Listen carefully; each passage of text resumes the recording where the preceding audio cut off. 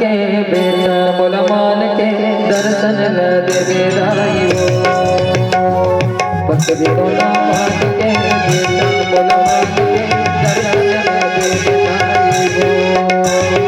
पकड़े तो ना मान के बेटा बोला मान के दर्शन न देवे दाई हो गोरी गोरी नाम के संसारी